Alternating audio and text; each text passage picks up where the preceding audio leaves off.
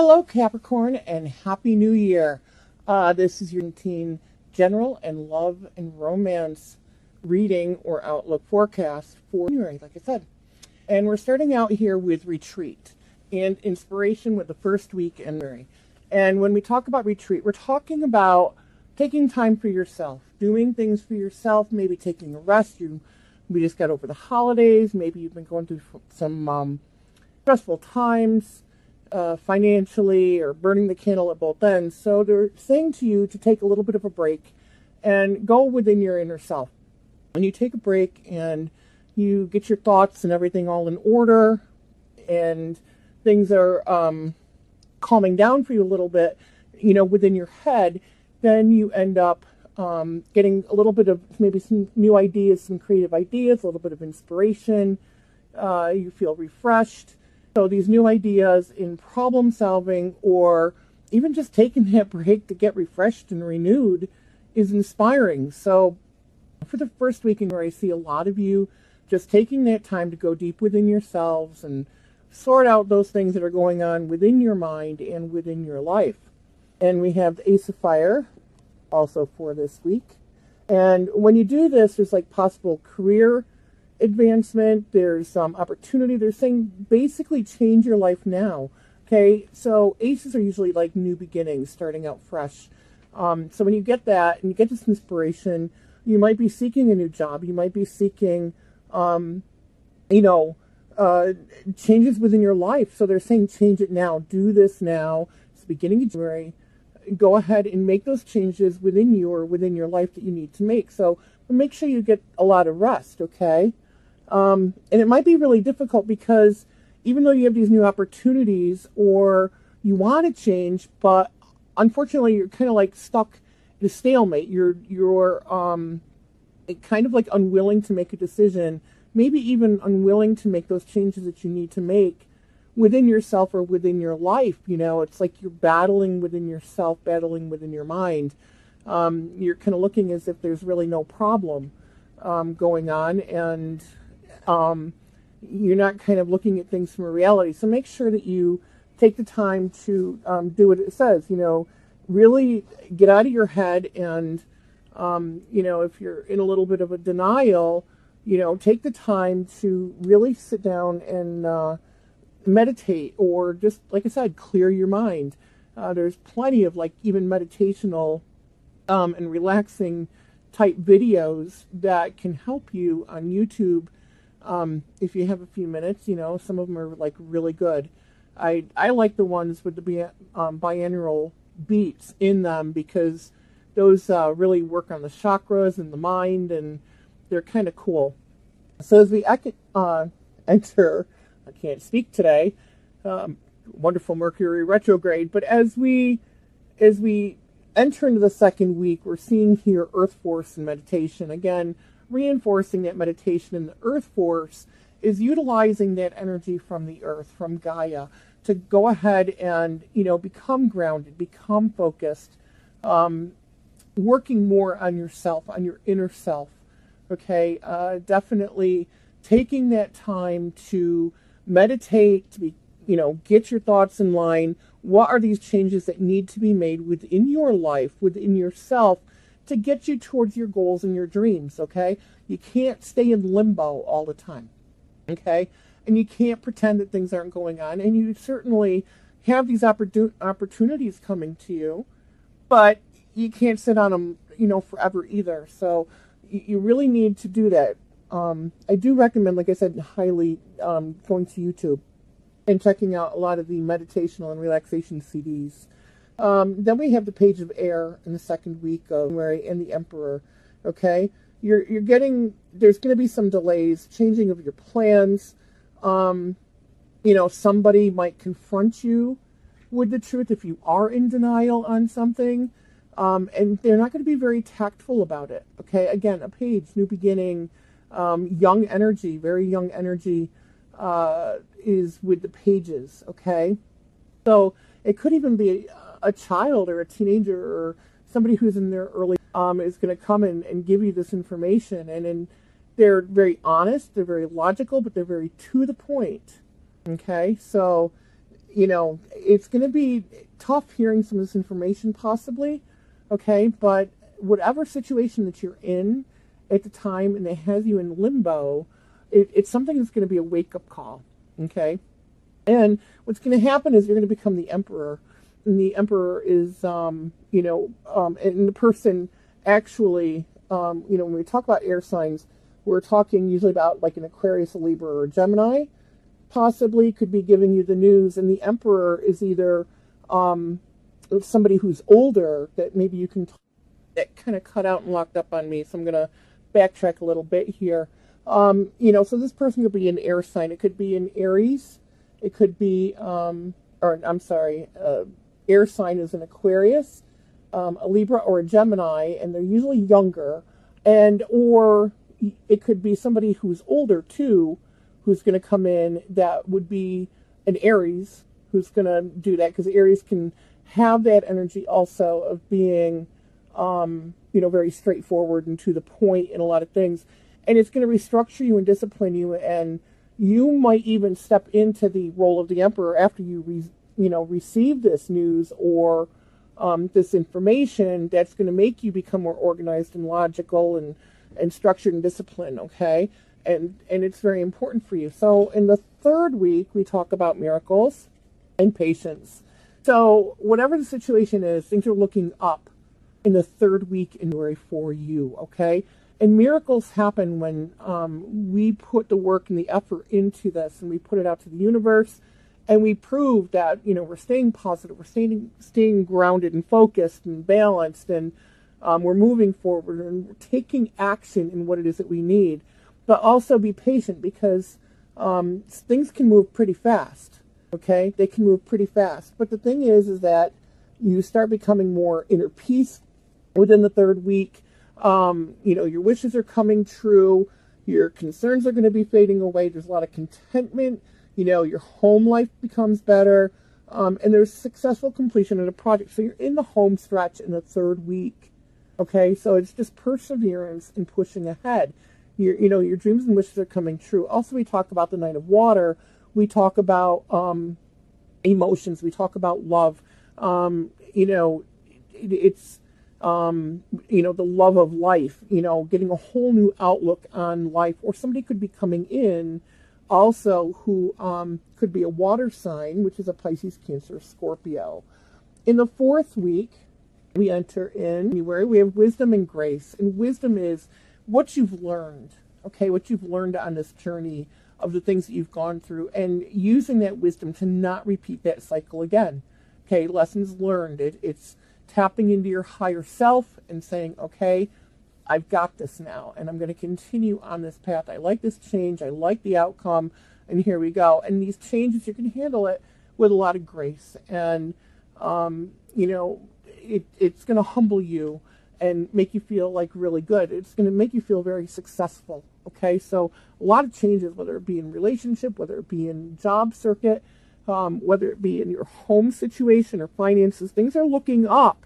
The end of the third week, working into the fourth week, and your lessons have been learned. And we also have, the ending of a difficult situation, which is the 10 of air sign. Definitely embracing this change. Good things are, going to happen and get better now, and you're recovering. And some people, it even could be from an addiction. That's what the card says. An addiction doesn't necessarily have to be drugs and alcohol. It could be sex, an addiction to sex. It could be an addiction to a person. It can be an addiction to video games. It can be, an addiction to, food, anything like that. Whatever this changes you've gone through, it's going to break that cycle, and you're going to have like an awakening. Things are going to be looking different to you. You might even have a temporary standstill, but you just need to be yourself. Very important to always be yourself. Okay. So whatever it is, this addiction, this addictive behavior, and that's what it could be, is a behavior, a way that you've done things for so many years, and you just keep on repeating that cycle, and you're breaking that cycle. Okay. So we're going to talk about love and romance coming very soon. Those of you who are not in a relationship, who are single, who might be looking for love and romance, it is coming very soon, and the chemistry is out of this world. There's chemistry between the two of you. But you need to free yourself from your past, and not just your past, but the thoughts that you have within your mind that are holding you back within love and romance. It's sometimes when we hang on to the past, or we constantly think about the things that were done wrong to us, emotionally, we feel like we're trapped, like we can't move forward.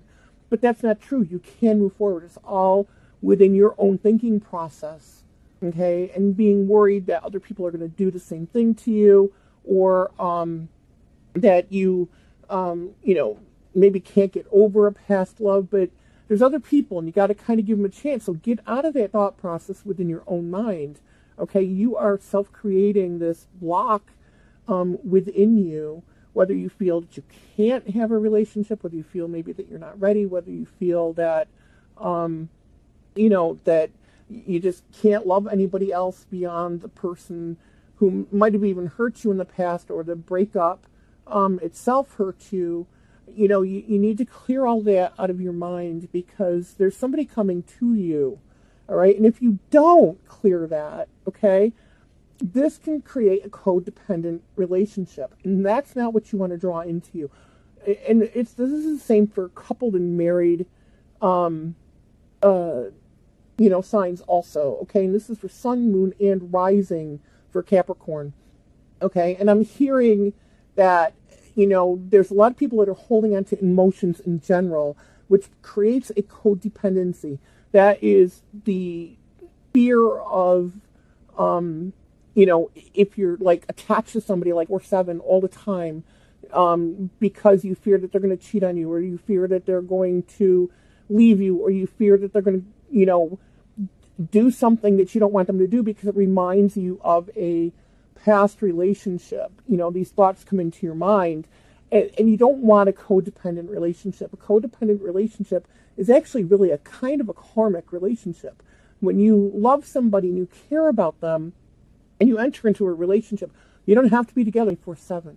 Both people should be able to still carry on their lives and doing the things that they enjoy doing as a single person separately, whether it be different activities or different hobbies that you had, but yet still getting together and enjoying that time together, being together, but you still need to keep that individuality, okay? So it's all about trust, and it's all about releasing those past emotions, okay, and not worrying. The person is there, you love each other, but you don't have to be codependent. That in itself, too, is an addiction, okay? So being addicted to that past, those past thoughts that are negative, that would cause a codependency of making you feel unworthy, or making you feel maybe you might be controlling within a relationship, or maybe your self-confidence is really low. Clear all of that muck out of the way, okay? Because, see, there's an attraction. There's definitely an attraction here, and you do deserve love. It's very important that you understand that you do deserve love. And with the attraction, the chemistry, everything else you have been wanting, your soulmate is coming in. You could be with your soulmate. Maybe you just need to do some readjusting on your relationship or your marriage if you're already in one. Okay, but also understand that this is your soulmate that's coming in for those of you who are single, and you don't want it to be a karmic one. So make sure that you release those thoughts and energies, because what you put out there to the universe is what you're going to draw into you, unless the person is really a strong person that's not going to, display that characteristic with you. So make sure you clear it, because you want this relationship to work. You got to give it a chance, okay? So those of you who are married and are in a relationship already, and there's, you just got done with the holidays, maybe you overspent a little bit, you might be going through some financial difficulties, and things are strained within your relationship, okay? Or maybe somebody, had kind of like a post-traumatic stress disorder. They have that towards a past relationship, and things have come up again. Give the relationship a chance, work together. And also with the Capricorn singles, sun, moon, and rising, it could be that the person is a little bit different than you, or different than your soulmate, could be different of what you expected. They might have similar belief systems and a lot of the same likings and stuff, but it could be different in the fact that you didn't know, you don't know maybe their style of music or the style that they dress. Maybe they might be, different thoughts on religion or politics or it could be anything crazy. But they're saying, give it a chance, okay? And because this is a past life relationship, okay? And so when it's a past life relationship, and you have the right thoughts and the right mindset, okay, it's not a karmic one, okay? So if you release the past, it's not a karmic relationship, okay? It's not a karmic soulmate relationship. The right one will come into you that's not karmic, okay? So make sure that you do what you have to do. And when you talk about a past life relationship, it's that comfort. Like when you first meet each other and you can talk about, so much stuff and you laugh and you have so much in common. And it's just that feeling like, God, I feel like I've known you before. Or I'm so comfortable around you. Is it possible? You think, where do I know this person from? They might look familiar. And when we go through our several lifetimes, the one thing that doesn't change are our eyes. The eyes do not change. Of course, the soul stays the same, but the eyes don't change. Our physical features can change.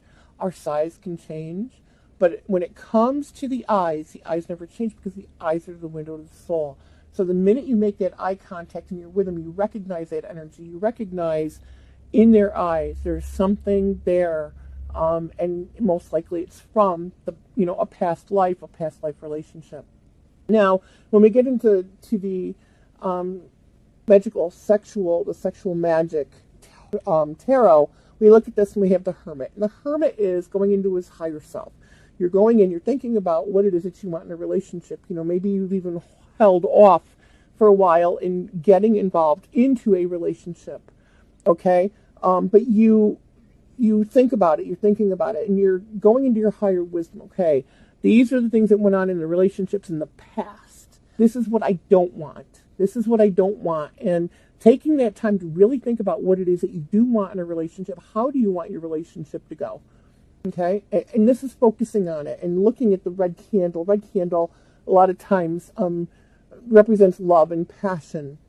Okay, so this person's looking actually for a passionate relationship, which with the soulmate coming in, yes, it will be a passionate one. Okay, and the Knave of Chalices, he's, again, planning it out. He's fighting within himself. Okay, these emotions within himself. And it could be male or female, because we're not going to be gender specific, because this is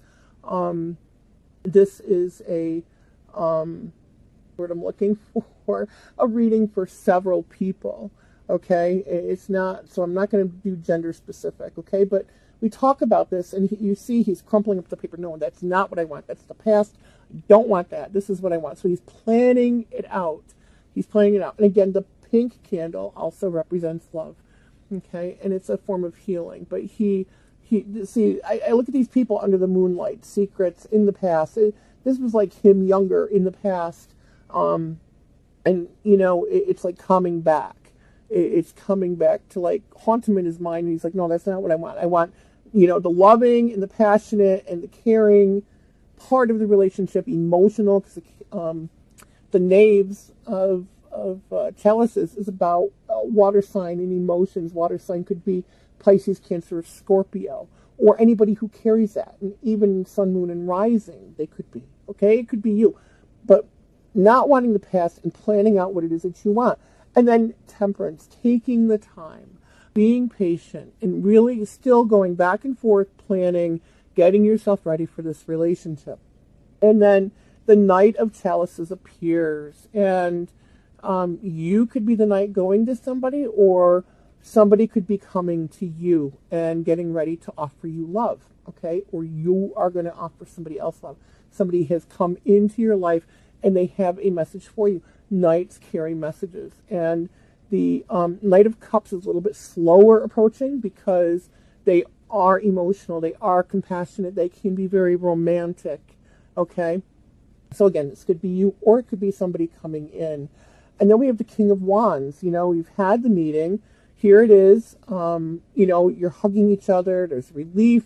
The king is very mature. Wands are usually fire sign. They're older, maybe. They have more wisdom. They might not be older in age, but they have a higher level of wisdom, of information. They are either a Aries, Leo, or Sagittarius. That's very possible. This could also represent you, sun, moon, and rising, or you carry characteristics where there's an understanding, there's a relief, there's a bonding forming. And then you're getting to know each other, the Knight of Wands. And sometimes it can be, this is like before, like the of Cups or the Wands, or, just getting to know each other. You're tired, you've been through the battle, and the two of you are just sitting there, you're conversing, you're getting to know each other. You don't care about what's going on in the background. Love is sitting right here. There's other birds around. You're just taking that time to get out and getting to know each other in a more personal, private setting without two people, and there's things going on around you, but you're not seeing that. You're focusing on each other, looking in the eyes. You're not really getting sexual, but you're getting to know each other. And then we have the Sun card. And how beautiful is this? The Sun card is two people who are really getting intimate. They're really into each other. This is a beautiful thing. There's the light at the end of the tunnel. Things are, you've got that communication, you've got that openness and that trust with each other. And it really is a beautiful card. Things are bright and warm, compassionate, they're romantic, and you have everything here that you need. And so it's kind of like sealing, or, that bonding is so secure. So if you have any questions whatsoever, say you want like a more individualized reading that's geared towards you, go to the website, www.angelic-comfort.com, and take a look there and schedule a reading, a private session with me, and we'll see what we can figure out for you. And remember to also check your sun, moon, and rising signs. And usually, if you're a Capricorn, your sun sign is going to be a Capricorn, but check out what your moon and your rising signs are. There are plenty of places on the internet that will give you the information. Comes right down to the day and the time you were born and your location, and they'll tell you what you need to know. But know that I love each and every one of you, and until we meet again, namaste.